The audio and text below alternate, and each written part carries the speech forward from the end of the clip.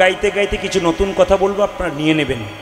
যেগুলো মনে আছে সেগুলোকে মাঝে মাঝে রিভাইজ করিয়ে দেবো, আর যেগুলো আপনাদের দেওয়ার নাই সেগুলোকে দিয়ে দেবো।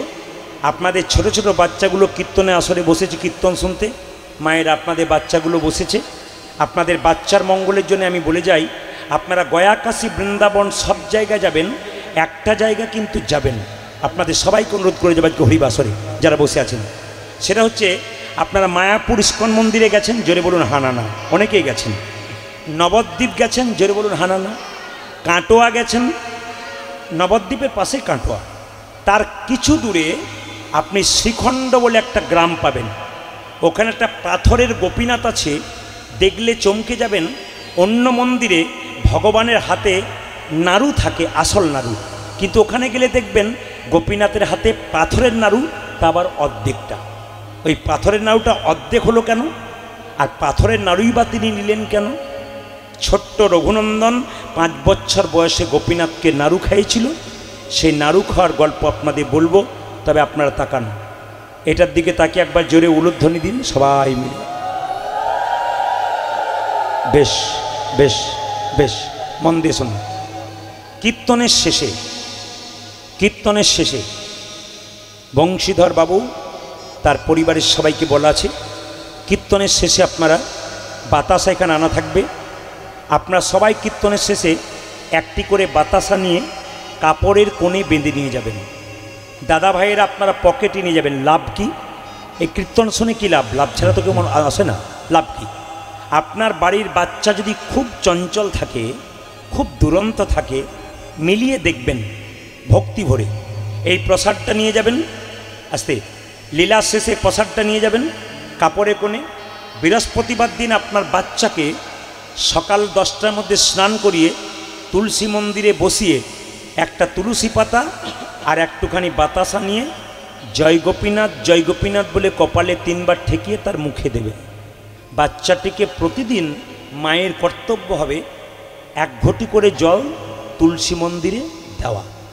আরেকটা নতুন কথা আপনাদের বলে দিয়ে যাই, বাচ্চার জন্মদিন আপনারা পালন করেন, চলে বলুন হানানা, কিন্তু কিছু মনে করবেন না। এই যে কেক কাটছেন আস্তে আস্তে, এই যে কেক কাটছেন আর মোমবাতি নেভাচ্ছেন, এটা আমাদের নয়, একবার আমাদের নয়। কাদের? জোরে বলতে পারবেন? এটা খ্রিস্টানদের। তাহলে যা আমাদের নয় তা আমরা হারাতে বসেছি।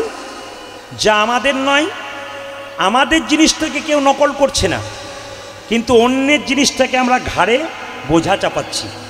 কেক কাটছেন, মোমবাতি জ্বালাচ্ছেন। আমি আপনাদের প্রমাণ দিয়ে দিই। কয়েকদিন আগে বোলপুরের কাছে এক জায়গায় গান করছিলাম, যার বাড়িতে বাসা, তার বাবা বিরাট ব্যবসায়ী চাপে আছে, ছোট্ট মেয়ে, বাচ্চা মেয়ে।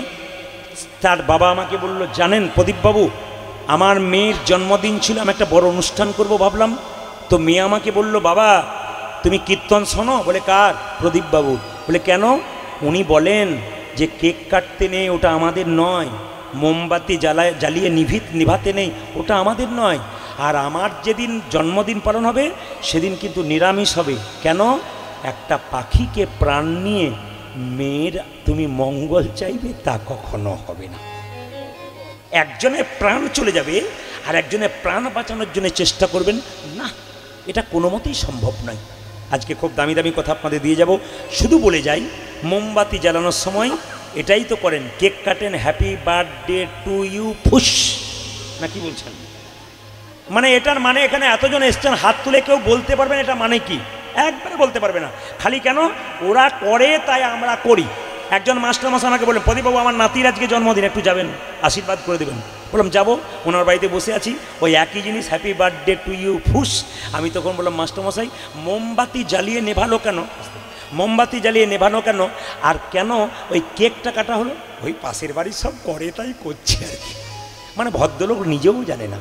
এখানে এতজন কীর্তন শুনতে এসছেন, কে হিম্মত দিয়ে হাত তুলে বলতে পারবেন না কেক কেন কাটা হয়, মোমবাতি। খালি আমরা নকল করতে শিখেছি, মানে বুঝি নাই। আমাদের জিনিসটাকে আমার বাবাকে বাবা না বলে অন্যের বাবাকে বলতে শিখেছি বাবা। এইটাই দুঃখের ব্যাপার।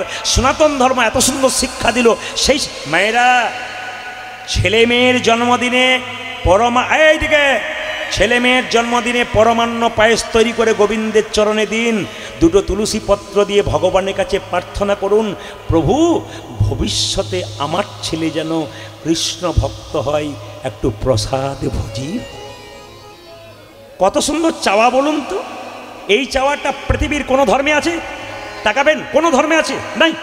আবার তাকান, প্রদীপটা জ্বালাবেন না, মোমবাতি জ্বালাবেন না, ঘিয়ের প্রদীপটাকে ভগবানের চরণে দিয়ে বলবেন, প্রভু ঘিয়ের প্রদীপ